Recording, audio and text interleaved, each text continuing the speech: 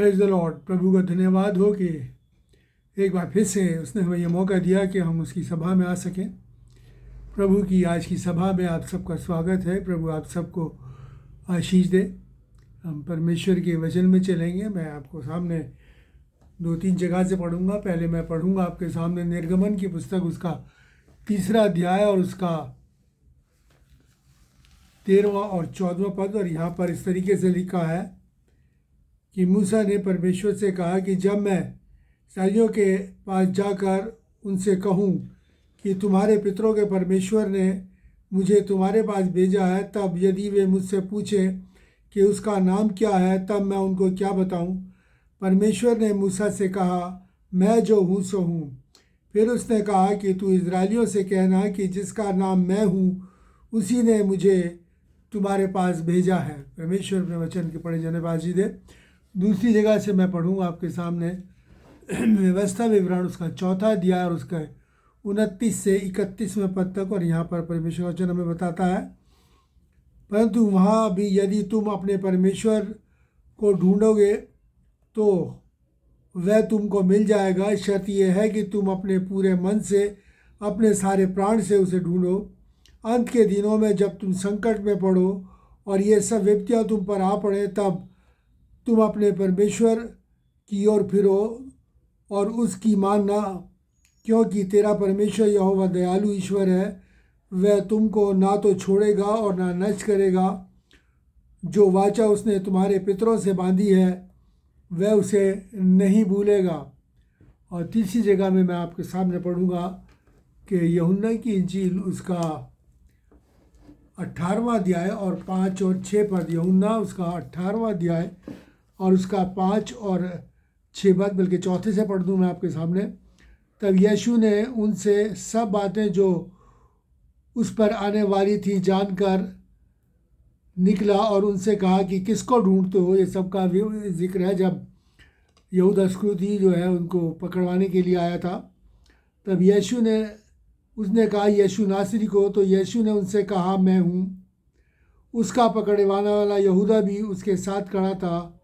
उसके ये कहते ही कि मैं हूँ, वे पीछे हटकर भूमि पर गिर पड़े। परमेश्वर अपने वचन पर आशीष दे।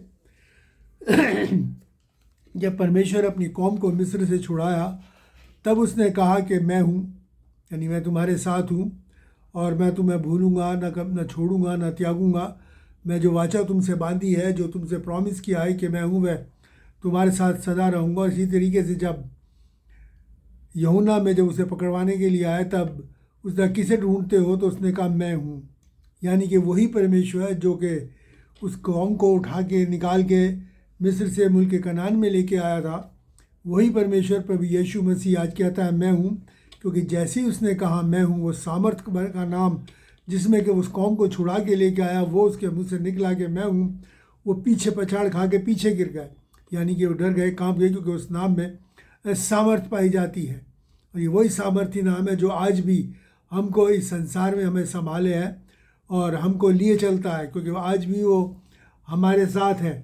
परमेश्वर का वचन कहता है कि 2 तीमुथियुस 2 और उसके 13वें पद में लिखा है कि हम अविश्वासी हो जाए मगर वो, यानी परमेश्वर पर विश्वास योग्य बना रहता है, वो विश्वास योग्य बना रहता है। और इसीलिए इब्रानियों 13 और 5 में उसने कहा है कि ना मैं तुझे कभी छोड़ूंगा और ना कभी तुझे त्यागूंगा। ये परमेश्वर का वायदा है। हम कभी जीवन में, अगर हम इस संसार के सफ़र में जब हम हैं यहाँ पर, जब कभी निराश होते हैं, तो प्रभु क्या कहता है कि मैं हूँ। जब कोई हमें ऐसा लगता है कि हम चारों तरफ से निराश है, कोई आशा नहीं बची, तब प्रभु हमारे सामने कहता है कि मैं हूँ, मैं तुम्हें ना छोड़ूंगा त्यागूंगा। जब सब हमें छोड़ दें, हमें ऐसा लगे कि हम अकेले पड़ गए हैं जहान में, तब परमेश्वर कहता है कि मैं हूँ, मैं तुम्हारे साथ हूँ। और ऐसे ही अगर परिवार के विषय में कोई समस्या है, कोई परेशानी है, कोई दिक्कत है, तब भी प्रभु कहता है कि मैं हूँ। लेकिन क्या है कि प्रभु क्या कहता है कि हमें सारे मन से उसको ढूंढना है। परमेश्वर कहता है कि परमेश्वर यूँ कहता है कि वह तुमको मिल जाएगा कि तुम अपने पूरे मन से और अपने सारे प्राण से उसको ढूंढो। यानी हमें उसको ढूंढना है, तब परमेश्वर हमें मिल जाएगा। इसीलिए परमेश्वर कहता है कि मत डर, मैं तेरे साथ हूँ। परमेश्वर हमारे साथ है। वो हमेशा कहता है कि मैं हूँ। ये उनका प्रेजेंट टेंस है कि मैं हूँ, जिस भी परिस्थिति में हो, जब भी हो, मैं तुम्हारे साथ हूँ। सिर्फ ये है कि मुझे जब परमेश्वर ने प्रभु यीशु मसीह को भेजा, और वचन में लिखा है, लूका की इंजील उसका 22:44 में लिखा है कि उसका जो पसीना है खून की मोटी मोटी बूंदें करके टपक रहा था। उसने अपने प्रिय पुत्र का जो लहू है वो पसीने की तरह बहा दिया मेरी और आपकी खातिर, क्योंकि वो मेरे और आपसे प्रेम करता है, मेरे और आपसे प्रेम करता है। मेरे प्यारे बहनों, संसार में और भी बहुत अच्छे लोग हैं, और बहुत अच्छे लोग हैं, बहुत अच्छे बच्चे हैं, हमसे अच्छे हैं, हमारे बच्चों से अच्छे हैं, स्वभाव में, बातचीत में, सब में। लेकिन फिर भी क्या है कि हम अपने बच्चों को प्रेम करते हैं, हम अपने बच्चों की ज़रूरतों को पूरा करते हैं। क्यों? क्योंकि वो हमारे हैं, हम उनसे प्रेम करते हैं। इसी तरीके से परमेश्वर भी है, वो हमारी ज़रूरतों को पूरा करता है, हमसे कहता है कि मैं हूँ। क्योंकि परमेश्वर ने जब हमको चुना, हम बहुत अच्छे नहीं थे। आगे हम इस चीज़ को देखेंगे। एक जो वाक़या है वो उत्पत्ति की पुस्तक उसके 11वें अध्याय के अंदर मिलता है, लूत का वाक़या। लूत को जब जो वहाँ पर हारान, लूत का पिता जो हारान में मर गया, तब अब्राहम ने उसको पाला पोसा, उसका पालन पोषण किया, उसको अपने बच्चे की तरह रखा, और उसको पूरी तरीके से हर देखभाल उसकी की, उसकी हर ज़रूरत को पूरा किया। लेकिन जब लूत संपन्न हो गया, तब उसने क्या कहा कि अब अब्राहम से कहा कि अब शायद हमारा साथ रहना ठीक नहीं, क्योंकि उसकी भी भेड़ बकरियाँ बहुत हो गई, ये भी अब हमें अलग हो जाना चाहिए। अब्राहम ने कहा ठीक है, अगर तेरी ऐसी मंशा है तो अलग हो जाए। लेकिन क्या हुआ कि अब्राहम ने कहा तू चुन ले किधर के, तू किधर जाएगा। अगर तू पूरब को जाएगा तो मैं पश्चिम को जाऊंगा, अगर तू उत्तर को जाएगा तो मैं दक्षिण को। तो लूत ने क्या करा, जिसने उसे पाला पोसा एक बच्चे की तरह देखा, लूत ने क्या करा, उधर पूर्व में यरदन की जो हरियाली वाली वादी थी वो चुन ली कि मैं इधर जाऊंगा, और वो सदोम की तरफ चला गया। और अब्राहम के लिए क्या छोड़ा, रेगिस्तान। ये लूत का जो व्यवहार था। और ऐसी आगे हम देखेंगे, जब वो वहाँ चला गया, वहाँ बसने लगा सदोम में, तब वहाँ पर कुछ लोगों ने उस पर हमला किया, और हमला करके उसको लूट के ले गए। उसका घर परिवार बाल बच्चे सब उसके लूट पे चले गए। जब अब्राहम को ये पता चला कि इस तरीके से लूत को जो लूट के ले गए सब कब, तब अब्राहम गया और अपनी जान जोखिम में डाल के लूत को छुड़ा के लाया, और जो भी उसका लुटा था उसे वापस कर दिया। लेकिन लूत फिर जाके वही सदोम में बस गया, और वहाँ जाके फिर अब्राहम की सुधि नहीं ली। जबकि अब्राहम जो था निरंतर उसकी सुधि रखता था, उसके बारे में चिंतित था, क्योंकि वो उसको प्रेम करता था, उसका मन उससे लगा था।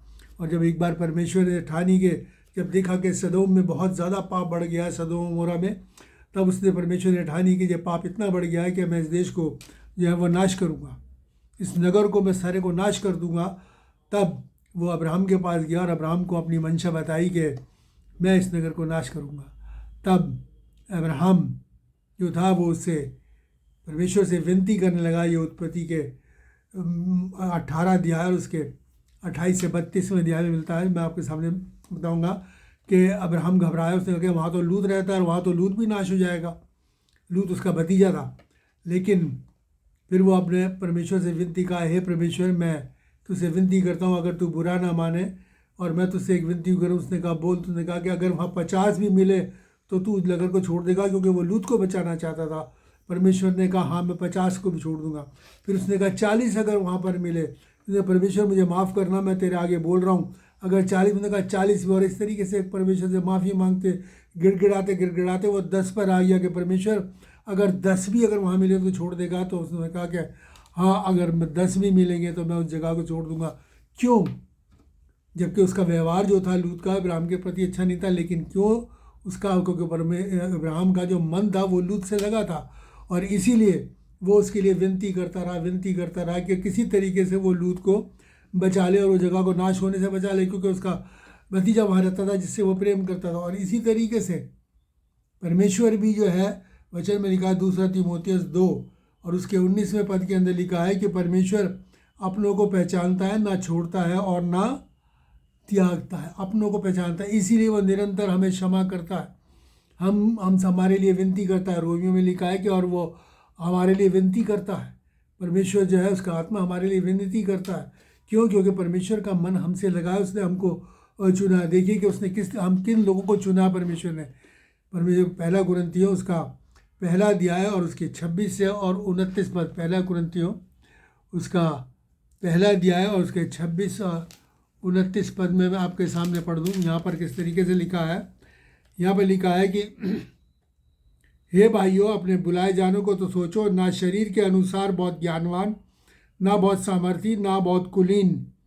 और परमेश्वर ने जगत के मूर्खों को चुन लिया कि वे ज्ञानवानों को लज्जित करें, और परमेश्वर ने जगत के निर्बलों को चुन लिया कि बलवानों को लज्जित करें। और परमेश्वर ने जगत के नीचों और तुच्छों को, वरन जो है भी नहीं, उनको चुन लिया कि उन्हें जो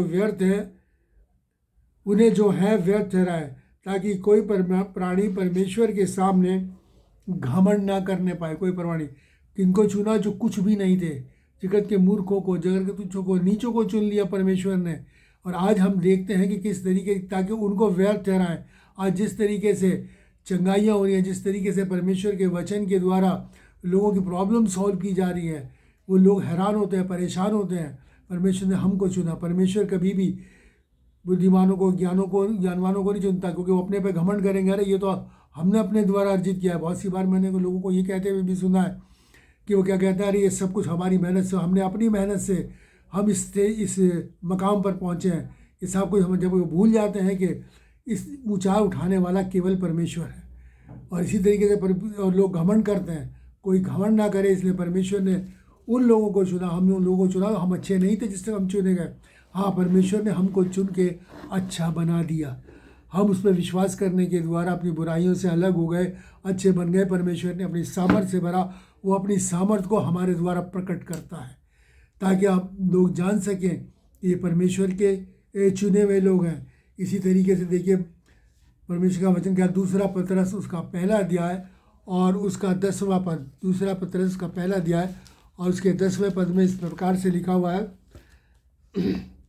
इस कारण हे भाइयों, अपने बुलाए जाने और चुन लिए जाने को सिद्ध करने का भली भांति यत्न करते जाओ, क्योंकि यदि ऐसा करोगे तो कभी ठोकर ना खाओगे। अपने बुलाए जाने और चुन लिए जाने को किस तरीके से हम सिद्ध करते हैं? अपने बुलाए जाने और चुन लिए जाने को हम इस तरीके से सिद्ध करते हैं कि हमें परमेश्वर के वचन के अनुसार अपने जीवन को व्यतीत करना है, ताकि पता चले कि हम परमेश्वर के चुने हुए। ये छोटी बात नहीं है। परमेश्वर ने हमको चुना है, हमको बुलाया है। और अगर हम ऐसे ही परमेश्वर के वचन के अनुसार चलते रहेंगे तो देखिए, परमेश्वर का वचन बड़ी अच्छी बात कहता है, कभी ठोकर नहीं खाओगे। मतलब कभी किसी तरीके से गिरोगे नहीं, बल्कि तुम हमेशा ज़िंदगी में आगे बढ़ते चले जाओगे। और हमें क्या करना है? इब्रानियों की पत्री उसका 12वां अध्याय 2 पद में लिखा है कि अपने उद्धार के कर्ता, विश्वास के कर्ता प्रभु यीशु मसीह को ताकते रहे। हम उसको ताकने का मतलब ये है कि उसके निरंतर उसके वचन के अनुसार अपने जीवन को व्यतीत करें, ना दाएं मुड़े और ना बाएं मुड़ें। और सारी प्रॉब्लम ही, हम शैतान की तरफ ना ताकें, क्योंकि सारी प्रॉब्लम जो शुरू यही होती है जब हम अपनी निगाहों को अपने प्रभु यीशु की ओर से हटाकर संसार की ओर यानी शैतान की ओर लगा देते हैं, और फिर हम ठोकर खाते हैं, हम गिरते हैं। और शैतान जो है हमारा सब कुछ हर लेता है, क्योंकि शैतान जो है बड़ा चालाक एक बिजनेसमैन है, बहुत बड़ा। मैं वचन से आपको पढ़ के बताऊंगा। वो वायदे तो बड़े लुभावने करता है, बड़े आकर्षक वायदे करता है, लेकिन जब तक ये पता चलता है कि ये सिर्फ एक धोखा था, ये वायदा शैतान का धोखा था, ये जो अभिलाषा उसने हमारे मन में डाली एक धोखा था, तब तक बहुत देर हो चुकी है। देखिए, हिजकील नबी की पुस्तक उसका 28वां अध्याय और उसका 16वां पद में आपके सामने लिखा है कि लेन देन की बुताई के कारण तू उपद्रव से भरकर पापी हो गया। ये शैतान के लिए क्या है? इसी से मैंने तुझे अपवित्र जानकर परमेश्वर के पर्वत से उतारा। और हे छाड़वाने वाले करूब, वो परमेश्वर का, शैतान जो है परमेश्वर का एक प्रधान स्वर्गदूत था, मैं तुझे आग सरीखे चमकने वाले मणियों के बीच से नष्ट किया। वो इस तरीके से था, क्या किसी के वो लेन देन करता, आज भी वही लेन देन वो करता है। आज भी वो हमारे को बुराई की तरफ लेके जाता है, हमारी अच्छाइयों को वो ले लेता है, हर लेता है, और क्या करता है, अपनी बुराइयों को हमें डाल देता है और हमें जो है विनाश के कगार के ऊपर लेके चले जाता है। और इसी तरीके से, इसी चालाकी के द्वारा उसने हवा को बहकाया शुरू में, और आज तक वो इसी तरीके से लोगों को लूटता चला आ रहा है, बहकाता चला आ रहा है, और लोगों को विनाश के कगार के ऊपर लेता चला जा रहा है। परमेश्वर के वचन में लिखा है, यूहन्ना 8:44 के अंदर लिखा है कि वो झूठ का पिता है। जब वो झूठ बोलता है तो अपने स्वभाव से बोलता है, और इसीलिए उन झूठे लोगों को, बुरे लोगों को परमेश्वर ने क्या कहा है? कि तुम जो हो उस तुम्हारा पिता जो है वो शैतान है, क्योंकि तुम हर किस्म की बुराई तुम्हारे अंदर पाई जाती है। और जबकि हमारा जो विश्वासी है उनका पिता कौन है? परमेश्वर, पिता परमेश्वर है। इसलिए हमें, मेरे और आपको जो है बड़ा चौकस रहना। अब हम हिटलर को जानते हैं सब बहुत अच्छी तरीके से।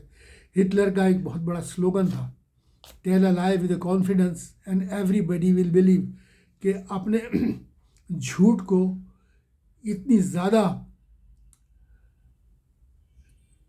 बल दे के बोलो कि हर एक उसे यकीन करे। तो इसलिए वो शैतान, वो झूठ का वो भी, उसका भी पिता शैतान था, क्योंकि उसने हज़ारों लाखों लोगों को मरवा दिया। और इसीलिए परमेश्वर का हमें हिटलर की तरह नहीं बनना, हमें झूठ का नहीं बनना। ये शैतान किस तरीके से लोगों को वर्गलाते, किस तरीके से हम जानते हैं कि जब मछली को पकड़ने के लिए कांटा फेंका जाता है और उस कांटे को ऐसे नहीं डाल दिया था, उसके ऊपर आटा लगा दिया जाता है, कोई और चीज़ लगाई जाती है जिससे उस कांटे को छुपा दिया जाता है, और उसको फिर पानी में डाल दिया जाता है। और जब मछली उसे देखती है तो उसे कांटा नहीं दिखता, उसे वो चीज़ जो उसके ऊपर लगी है वो दिखती है।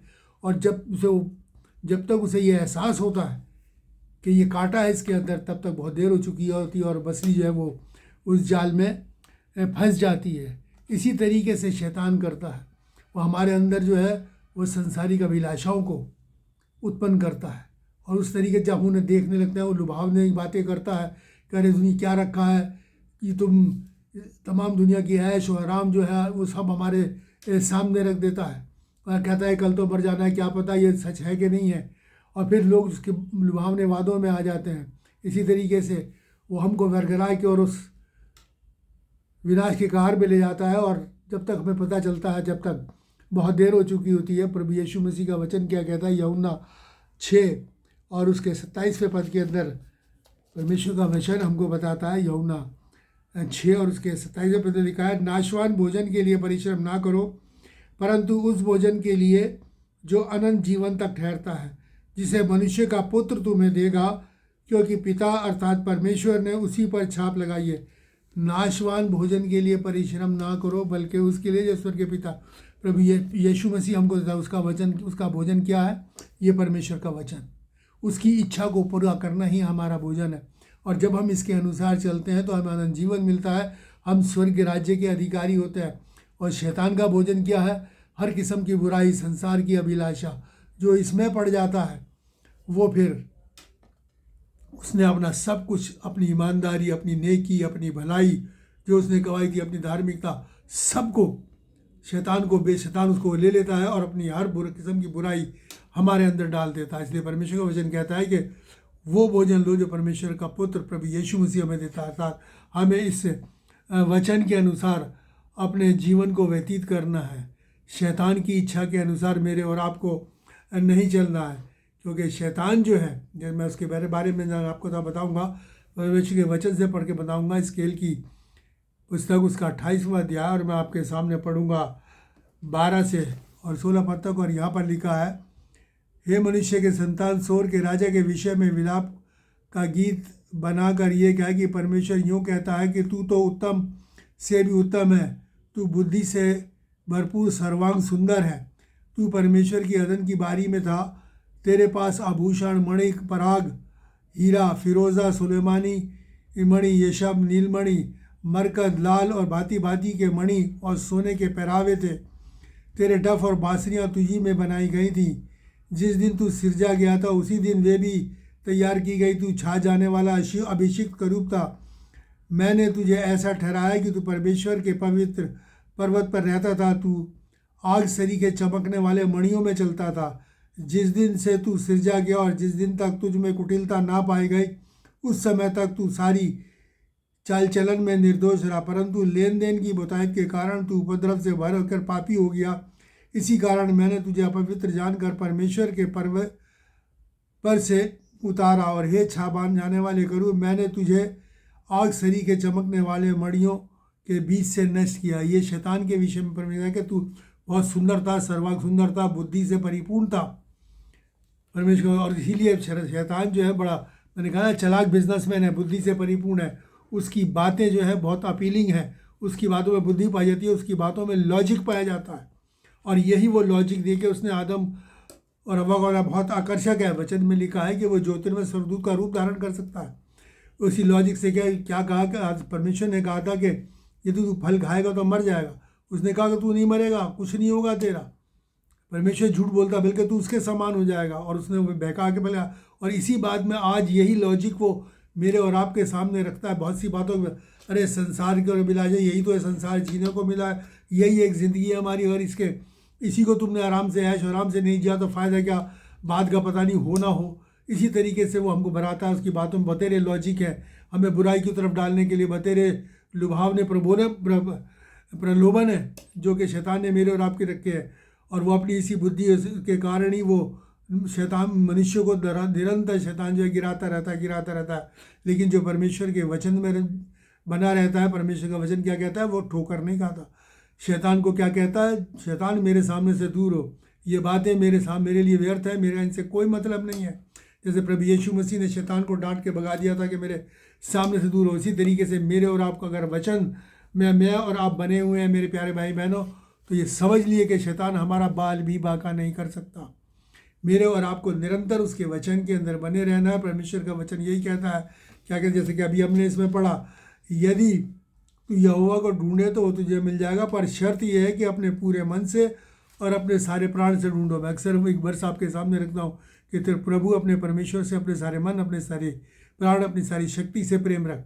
इसी तरीके से मेरे और आपको जो चाहना है उससे प्रेम रखना है और उसके वचन में बना रहना है। और परमेश्वर के वचन में जो हमें हिदायतें दी गई हैं, जो हमें इंस्ट्रक्शंस दी गई हैं, जो हमें निर्देश दिए गए, उसके अनुसार मेरे और आपको कार्य करना है।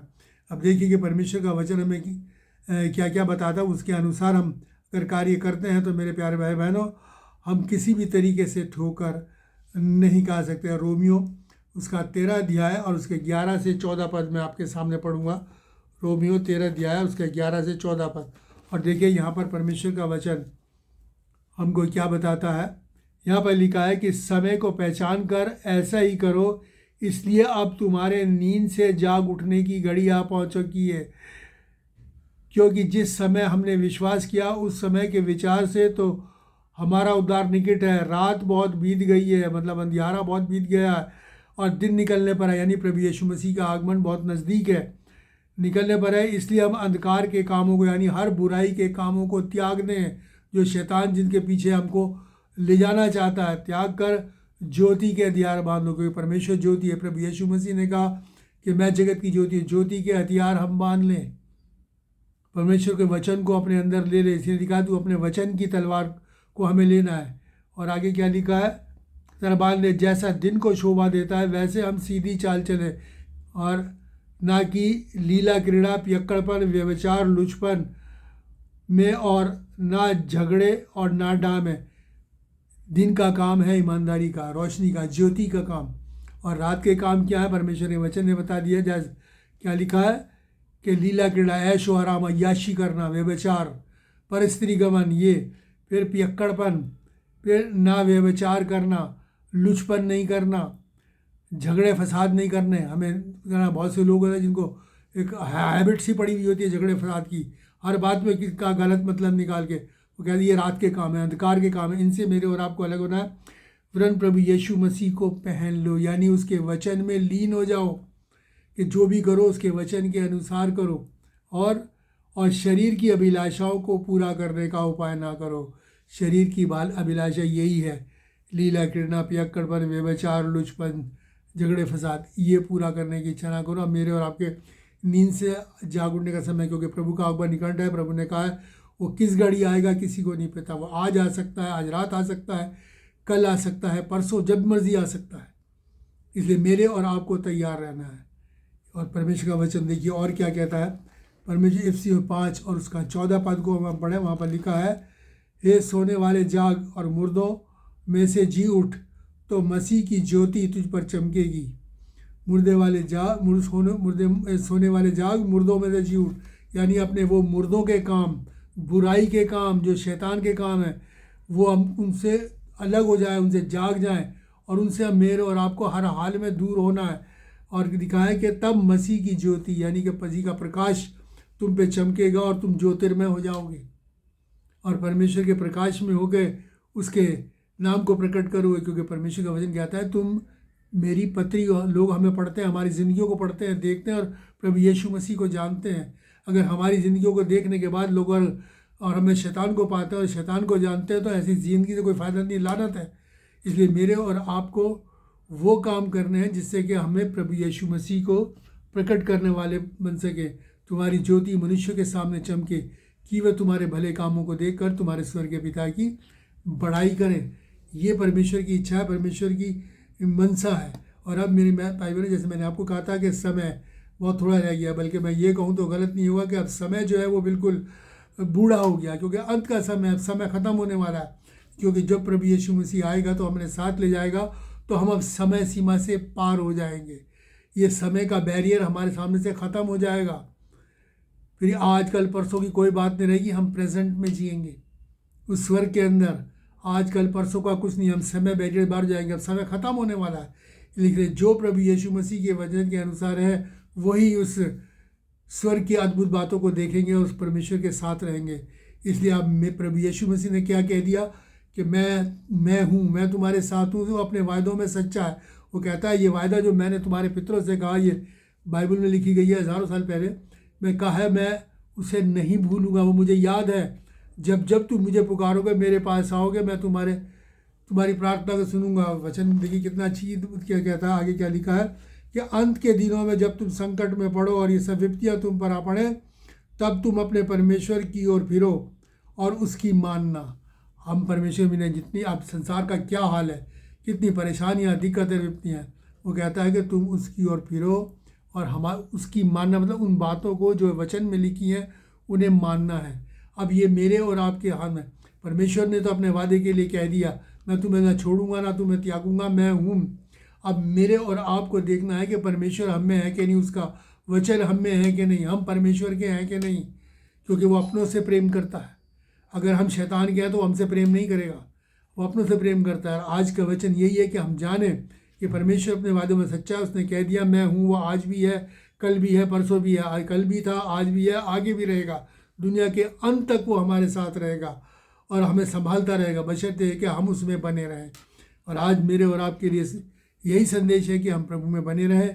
प्रभु अपने वादे में सच्चा आपको थामेगा, आपकी हर दिक्कत परेशानियों को वो दूर करेगा और वो आपको उठा के खड़ा करेगा।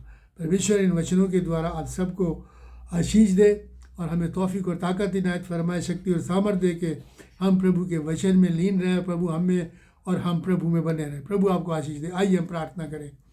महान और दयालु परमेश्वर, अनुग्रहकारी पिता, हम तेरा धन्यवाद करते हैं, तेरी स्तुति, तेरी प्रशंसा करते हैं, तेरे नाम को धन्य कहते हैं। धन्यवादी है तेरे वचन के लिए, तेरे वायदे के लिए जो तूने हमसे किया कि मैं हूँ। हाँ प्रभु, तू कल भी था, आज भी है और आगे भी रहेगा। लेकिन पिता परमेश्वर, हम कमज़ोर हैं, हमारी कमज़ोरियों को पिता परमेश्वर तू नज़रअंदाज कर, अपने बल से हमें परिपूर्ण कर, अपनी पवित्र आत्मा की शक्ति दे कि हम तेरे वचन में बने रहें और तेरे वचन के अनुसार अपने जीवन को व्यतीत करें, ताकि प्यारे बाप आसमानी हम उन तेरे वायदों के बानी हो सके पिता परमेश्वर, तेरी नेमत और बरकतों के और स्वर्ग के अधिकारी हो सके पिता परमेश्वर। और तूने अपने वचन में लिखा है ताकि हम तेरी धार्मिकता बन जाएं। हाँ प्रभु, हमें ऐसा बना कि हम तेरे समान धार्मिक हो सकें, क्योंकि तेरी ये मंशा है पिता परमेश्वर। तू अपने तेरे वचन पे जो चलते हैं उनके लिए इस मंशा को तू पूरा करता है। सबके लिए आशीष मांगते हुए धन्यवाद के साथ प्रार्थना प्रभु यीशु के नाम से मांगते हैं, आमीन। अब हमारे प्रभु यीशु का अनुग्रह, पिता का प्रेम और पवित्र आत्मा की सहभागिता हम सबके साथ और तमाम विश्वासियों के साथ, हर एक सुनने वाले के साथ अब से लेकर हमेशा तक होती रहे, आमीन। प्रभु आप सबको आशीष दे, बहुतायत से आपको बढ़ाए, तरक्की दे। मैं फिर से निवेदन करूंगा कि इस वचन को शेयर करें लोगों, ताकि लोगों तक ये वचन पहुँचे, लोग जाने कि प्रभु उनके साथ है, हर एक के साथ है। हर एक जो प्रभु के वचन के अनुसार चलता है, उसको पुकारता है, प्रभु उसका हाथ थाम लेता है और फिर वो उसको लिए चलता है, इसलिए ताकि कोई भी नाश ना हो और हर एक उस स्वर्ग राज्य में दाखिल हो सके। और हम सब वहाँ पर जब प्रभु हमको लेने आए तो उसके साथ जय जयकार करते हुए, हम स्तुति करते हुए एक आनंद की भरपूरी में जीवन व्यतीत कर सके। प्रभु आप सबको आशीष दे। Thank you. God bless you.